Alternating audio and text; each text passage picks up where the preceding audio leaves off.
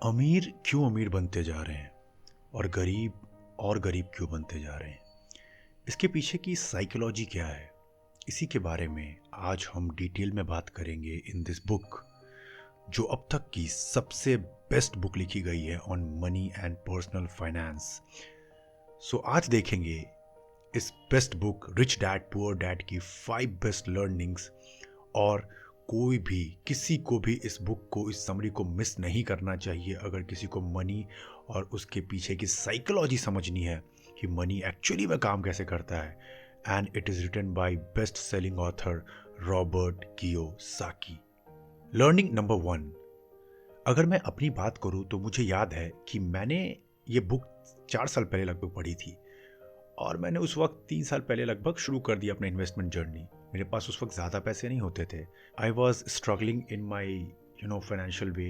College में था तो जैसे तैसे मैं 1,000 रुपये लगभग बचा लेता था, 1 से 2 हज़ार रुपये।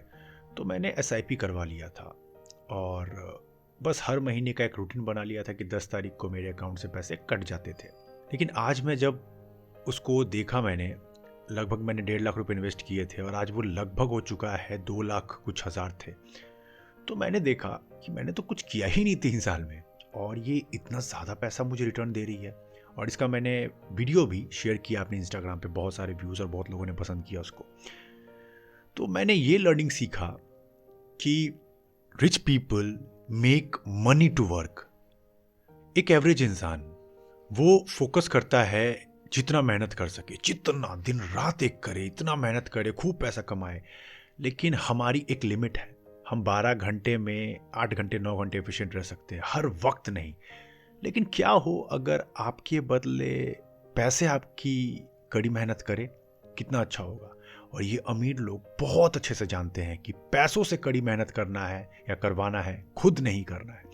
इसका सबसे अच्छा एग्जांपल है stock market, investing in stock, cryptos, in real estate, जहां रिस्क तो थोड़ा हाई है बट रिटर्न्स भी काफ़ी हाई होते हैं।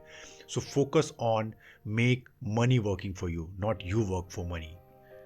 लर्निंग नंबर 2, इसके लिए एक बहुत प्यारी सी स्टोरी है।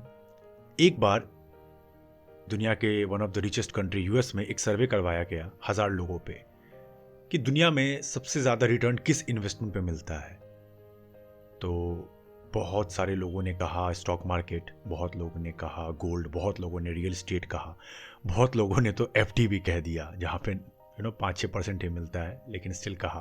पर उन 1000 लोगों में से सिर्फ 20 या 30 लोग ऐसे थे जिन्होंने ऐसा आंसर दिया कि सब मतलब शॉक में थे। और बहुत ही नॉर्मल आंसर था पर सबको पता भी नहीं था। और वो आगे चल के मिलियनेयर और बिलियनेयर बने। उनमें से एक है हमारे greatest investor of all time, Warren buffet. पता है उन्होंने क्या कहा उन सब लोगों ने? वॉरेन बूफे ने स्पेशली कहा the best investment is self investment. हमें क्या लगता है जितनी बड़ी कार ले लेंगे, जितना बड़ा घर ले लेंगे, जितना बड़ा फ़ोन ले लेंगे, हम एसेट जोड़ रहे हैं, हमें कोई दिक्कत नहीं है, ये तो हमें रिटर्न देंगे। पर फिर से कह रहा हूं, brain memory is the ultimate return. आपने एक बार नेगोशिएशन सीख लिया, आपने एक बार सेलिंग सीख लिया, आपने एक बार मेडिटेशन सीख लिया, आपने एक बार कोई ऐसा स्किल सीख लिया जिससे आप कोई भी चीज़ें करवा सकते हो, influence, persuade, charismatic personality, then money is the byproduct. Investment सबसे बड़ा आपका दिमाग है। आप खुद हो, अपने आप पे इन्वेस्ट करो, अपने बॉडी पे, अपनी पर्सनालिटी पे, अपने टॉकिंग पे, अपने स्किल्स पे, अपने कम्युनिकेशन पे। और इस पर ऑथर कियोसाकी भी बोलते हैं कि ये बहुत शर्म की बात है कि हमारा स्कूल सिस्टम इतना कुछ सिखाता है बट सबसे important life skill, financial education के बारे में कभी डिटेल में बात ही नहीं करता है। कभी सोचना, हम अल्टीमेटली क्या चाहते हैं? एक अच्छा पैसा, एक अच्छा अल्टीमेट लाइफ, एक गुड फैमिली, एक सिंपल रिच लाइफस्टाइल की चीज़ें थोड़ी आसान हो हमारे लिए। लेकिन सबसे बेसिक चीज़ ही हमसे डिस्कस नहीं की जाती फाइनेंशियली। और हम पैसों को लेकर गलत धारणा बना लेते हैं कि पैसा तो सारे फसादों की जड़ है, पैसा सारे प्रॉब्लम्स लाता है। पर ऐसा है नहीं। हमें जैसे जैसे नॉलेज होता है वैसे वैसे चीज़ें हमारे लिए आसान होती चली जाती है। तो लर्निंग नंबर 2 सिंपली है to invest on yourself. Now let's move to learning number 3। इसके लिए मैंने आपको एक बुक ऑलरेडी समरी शेयर कर रखा है, बहुत ही अमेजिंग बुक है वो भी फाइनेंस पे, the richest man in Babylon. उसमें एक बहुत प्यारी समरी है जो मैं फिर आपको बोलता हूँ, आपके बहुत काम आएगा, कि एक एवरेज इंसान क्या करता है जब उसका सैलरी आता है। सोच कर देखो, सारे एंटरटेनमेंट करता है, सारे फूड को ट्राई करता है, सारे लग्जरी को देखता है, सारे ट्रैवल कर लेता है। और अगर, मैंने कहा अगर, अगर पैसे बच गए तो उसको फिर सोचता है चलो कहीं लगा देते हैं, वो भी एफडी में डाल दिया, गोल्ड में डाल दिया, जो कि ना के बराबर रिटर्न्स देते हैं। लेकिन रिचेस्ट मैन ऑफ बेबीलोन में एक बहुत ही सिंपल लर्निंग कही गई है, लेकिन स्टिल लोग फॉलो नहीं करते। And the learning is to pay yourself first. अगर आपके पास 50,000 रुपए आते हैं महीने के, तो मेक श्योर करें कि पहला 10%, मतलब 5,000 आप सबसे पहले अलग करेंगे, क्योंकि आपके हाथ में खर्चों का कंट्रोल नहीं है। हो सकता है आप कोई ट्रिप प्लान कर ले, कहीं ज़्यादा खर्चे हो जाए, आप इवन डेट में कहीं आ जाएं और पैसे बचे ही नहीं। इससे अच्छा पहले खुद को पे करें।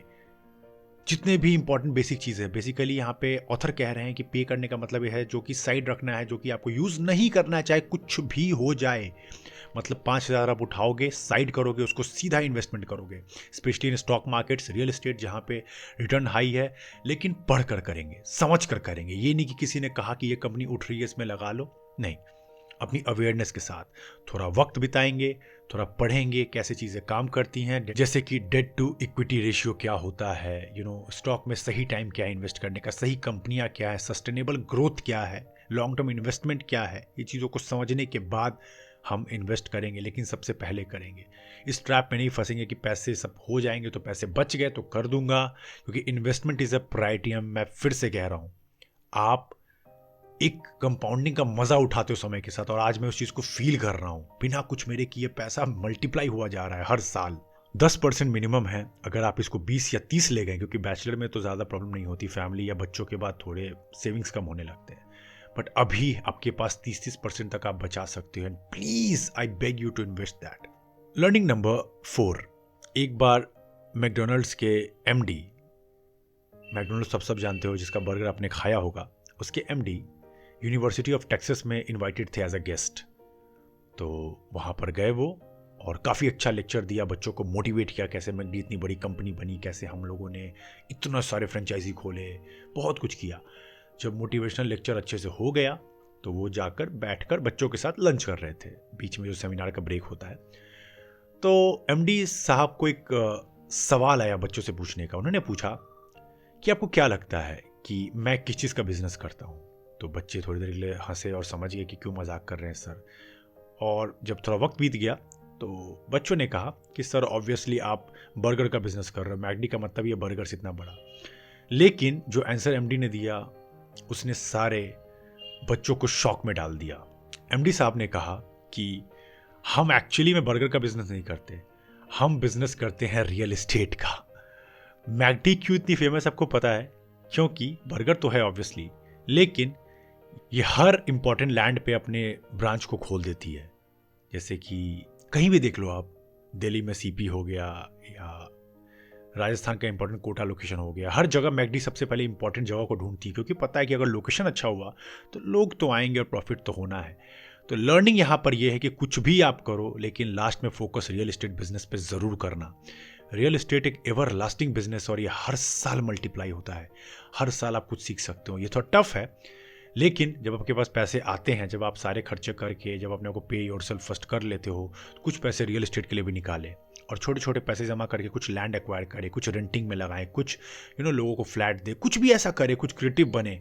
लेकिन रियल एस्टेट एक एवर ग्रोइंग मार्केट है, you have to understand that. Learning number 5, इस बुक के टॉप ऑथर रॉबर्ट कियोसाकी एक बार इन्वाइटेड थे एज अ गेस्ट लेक्चर। तो उन्होंने बहुत अच्छा लेक्चर दिया, लोग बहुत इंप्रेस हुए, बहुत ही अच्छा जा रहा था। तो वहाँ पर एक न्यूज़ की राइटर थी, वो बहुत इंप्रेस थी रॉबर्ट से, और राइटर बहुत अच्छा लिखती भी थी। रॉबर्ट ने जब उनके कुछ आर्टिकल्स पढ़े तो वो समझ गए कि ये नॉर्मल राइटर तो नहीं है, बहुत अच्छा लिखती हैं। लेकिन राइटर परेशान थी, रॉबर्ट से पूछती है कि सर कैसे, मैं इतना अच्छा लिखती हूँ, मैंने अभी तक 2-3 बुक पब्लिश कर दी है, पर बहुत लोग खरीदते नहीं है, क्यों, ऐसा क्यों हो रहा है? तो रॉबर्ट सर उनको बोलते हैं कि आपको ना, मेरा एक फ्रेंड है, बहुत ही अमेजिंग स्पीकर है, बहुत ही अमेजिंग ट्रेनर है, सेल्स ट्रेनर, आपको उनका सेल्स ट्रेनिंग का सेमिनार अटेंड करना चाहिए। इस बात पर वो महिला इतनी गुस्सा हो गई, रॉबर्ट का शो तो नहीं किया, बट इतना गुस्सा कि सर आप जानते हो मैं कौन हूँ, मैंने पीएचडी किया है इंग्लिश लिटरेचर में, मैं फिर से पढ़ूंगी, और ऊपर से सेल्स गाई को तो मैं हेट करती हूँ, मैं उनको देखना नहीं चाहती हूँ, इतने फोर्सी होते हैं, इतने पुशी होते हैं। और वहां से वो जाने लगी। तो रॉबर्ट ने जाने वक्त उनको बस अपनी बुक की तरफ इशारा किया और बुक पर लिखा था rich dad poor dad, best seller author Robert Kiyosaki. तो महिला थोड़ी देर के लिए कुछ समझ नहीं पाई। तो रॉबर्ट ने कहा कि आप यहाँ पे क्या पढ़ पा रही हैं? यहाँ पर लिखा है best selling author, not best writing author. मतलब क्या है? मैंने अपने बुक को बहुत अच्छे से सेल किया है, मुझे सेलिंग स्किल्स बहुत अच्छी आती है। तब महिला थोड़ी शांत हुई और उसको समझ में आया कि क्या गलती हो रही है। रॉबर्ट ने कहा मैं कभी कोई खास इतना अच्छा भी नहीं लिखता हूं, मैं लिखता हूं, लेकिन सेलिंग स्किल में मुझे पता है लोग मुझे बीट बहुत ही रेयरली कर पाते हैं, इसीलिए सेलिंग सीखना बहुत ज्यादा जरूरी है। तो महिला को सारी बात समझ में आ गई, क्योंकि आपने भी देखा हो कि बहुत सारे टैलेंटेड लोग हैं दुनिया में, बहुत अच्छे अच्छे प्रोडक्ट बन रहे हैं, बहुत अच्छे अच्छे सर्विस बन रहे हैं, बट हम जानते किनको हैं? आपने कभी नोटिस किया है? जो ज़्यादा दिखते हैं, जो अच्छे सेलिंग करते हैं, जो ज़्यादा अच्छे से इन्फ्लुएंस करते हैं, परसुएट करते हैं, अपनी बातों में एक सेल्स वाली बातें लाते हैं और ऐसा लगता है कि ईजी तरीके से सेल कर रहे हैं। इसीलिए सेलिंग को कभी भी अंडर एस्टिमेट नहीं करना। और लर्निंग नंबर 5 ये है कि master the art of selling and marketing as soon as possible. इससे फर्क नहीं पड़ता आप कितने बड़े पीएचडी हैं, एक्सपर्ट है, लिटरेचर है, जो भी हैं, सेलिंग एक बेसिक स्किल्स है और अगर आप इसको मास्टर कर सकते हो तो आप कुछ भी बेच सकते हो। और आप बस दुनिया में जाके गूगल पे जाओ और लिखो top 20 richest person in the world, you will find जो भी टॉप 20 होंगे उनमें से मैक्सिमम पीपल बेस्ट सेलर भी हैं, बहुत अच्छा सेल्स पर्सन है वो लोग। चाहे बिल गेट्स जान लो, चाहे Elon Musk, they sell best. तो सेलिंग तो सीखनी पड़ेगी। तो ये थे इस बुक के अमेजिंग 5 लर्निंग जो मैं नहीं चाहता था कि आप मिस करो, इसलिए मैंने इसको आपको समरी बना दिया। अगर आपको अगर पसंद आया तो मैं प्लीज़ सपोर्ट करने के लिए, जो इतना मेहनत लगता है content creation, writing, recording, podcasting, editing, uploading, scheduling, बहुत चीज़ें हैं, तो इसके लिए हमें लाइक ज़रूर करें। वीडियो या चैनल पे पहली बार आए हो तो सब्सक्राइब कर लो, या पॉडकास्ट सुन रहे हो तो फॉलो कर लो और नोटिफिकेशन बेल को प्रेस कर देना ताकि अगली बार कोई भी आप समरी को मिस नहीं करना। हम सैटरडे को समरी डाल देते हैं एक नई बुक की। सो ऐसे इंगेज करते रहना, शेयर करना नहीं भूलना। ऐसे ही मैं कुछ अमेजिंग चीज़ें लाता रहूँगा हर वीक। आपका सपोर्ट हमें बस हर वक्त चाहिए, सो प्लीज़ शेयर लाइक ज़रूर करें। चलो फिर मिलते हैं किसी ऐसे ही दमदार पॉडकास्ट में फिर से अगले हफ्ते। तब तक के लिए ARK लॉगिंग आउट।